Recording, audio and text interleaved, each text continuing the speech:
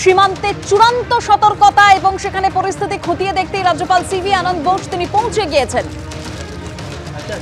সীমান্তে কড়া প্রহরা এসএসবির। উজ্জ্বল মুখোপাধ্যায় পানি ট্যাঙ্কি সীমান্ত থেকে রয়েছেন আমাদের সঙ্গে। উজ্জ্বল, সিভি আনন্দ বোস তিনি পৌঁছে গিয়েছেন সীমান্ত এলাকা এবং সেখানে পরিস্থিতি খতিয়ে দেখার জন্য।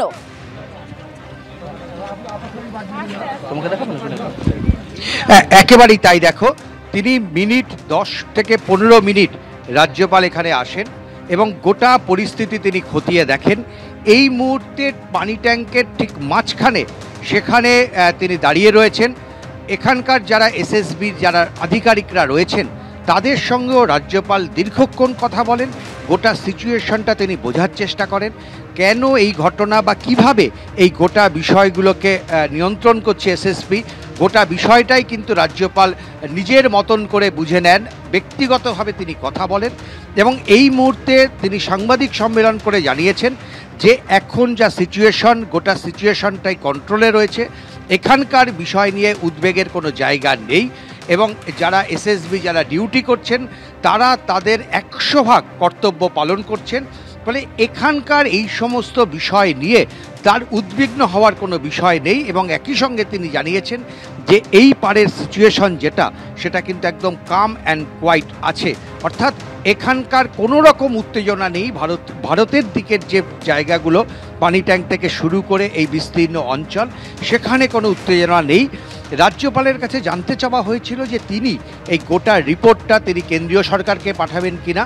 তিনি বলেছেন যে অবশ্যই তিনি এই বিষয়ে কথা বলবেন এবং ইতিমধ্যেই তিনি এই বিষয়ে কথা বলেছেন। তবে নেপালের পরিস্থিতি অথবা অন্য কোনো পরিস্থিতি নিয়ে অথবা মুখ্যমন্ত্রী মমতা বন্দ্যোপাধ্যায়ের যে মন্তব্য করেছেন সেই বিষয় নিয়ে কিন্তু রাজ্যপাল কোনো মন্তব্য করতে রাজি হননি।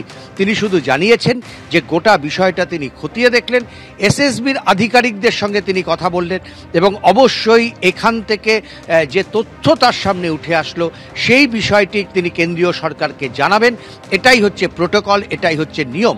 অর্থাৎ আমি আরেকবার অতনুকে বলবো দেখাতে, দেখো আমরা দাঁড়িয়ে রয়েছি একেবারে এই যে পানি ট্যাঙ্কের যে ব্রিজটা রয়েছে তার ওপরে এবং এখানকার মাঝ বরাবর বেশ কিছুটা জায়গায় রাজ্যপাল গাড়ি থেকে নেমে নিজে হেঁটে যান এবং সেখানে গিয়ে তিনি দেখেন এসএসবি যারা। বোঝাই যাচ্ছে উজ্জ্বল যে পানি ট্যাঙ্কের সীমান্তে রাজ্যপাল গিয়েছেন এবং সেখানের পরিস্থিতি তিনি খতিয়ে দেখেছেন এবং তিনি এটাও বলেছেন যে ভারতের দিকে যে সমস্ত এলাকা রয়েছে সেখানে উদ্বেগের জায়গাটা কম রয়েছে, কারণ কড়া প্রহরায় রয়েছে এসএসবি, আমরা যেরকম ছবিও দেখতে পেলাম।